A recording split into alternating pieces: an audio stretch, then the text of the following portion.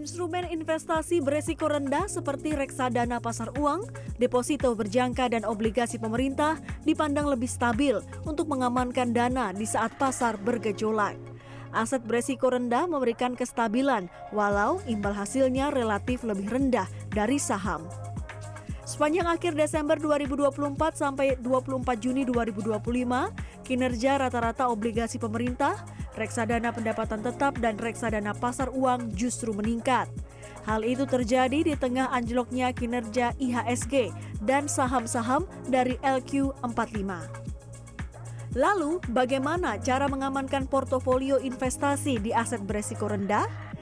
Direktur Panin Asset Management, Rudianto menyatakan, kunci utama menghadapi ketidakpastian ini adalah aset alokasi, yakni membagi investasi ke dalam beberapa instrumen sesuai dengan profil resiko masing-masing.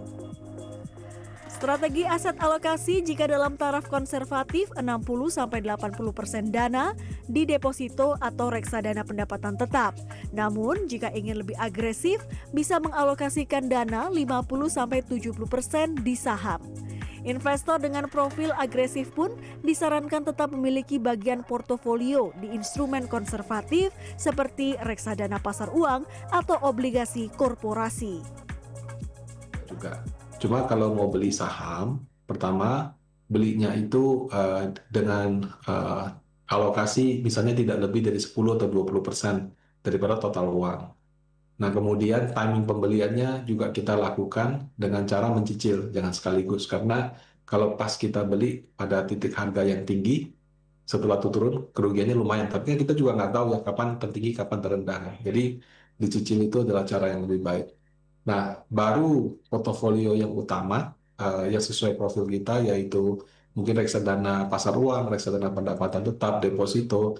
Nah, itu kita bobotnya bisa 60, 70, 80%.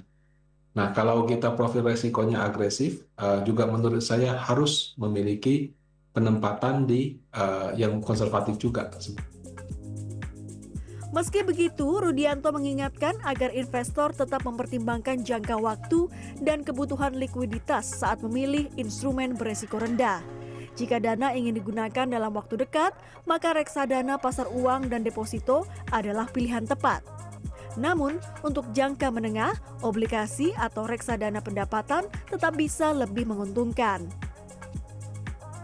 Sementara itu, senior market analis Mirai Aset Sekuritas, Nafan Aji berpendapat adanya minat investor terhadap obligasi di tengah ketidakpastian pasar.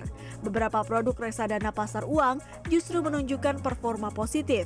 Nafan menyebut Manulife Dana Kas 2 mencatatkan kenaikan 2,47% dengan net asset value yang stabil. Begitu juga Ashmore Dana Pasar Uang Nusantara.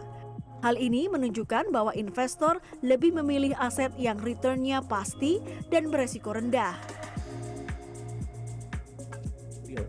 Jadi memang intinya kalau kita melihat adanya faktor global uncertainties yang terjadi ya, terutama yang terjadi secara year to date, kita melihat bahwasannya para pelaku pasar lebih cenderung prudent ya untuk masuk di pasar saham, dan mereka lebih selektif dalam berinvestasi, terutama dalam diversifikasi tentunya ya, dengan masuk ke aset-aset yang memiliki return yang pasti ya, tapi juga beresiko.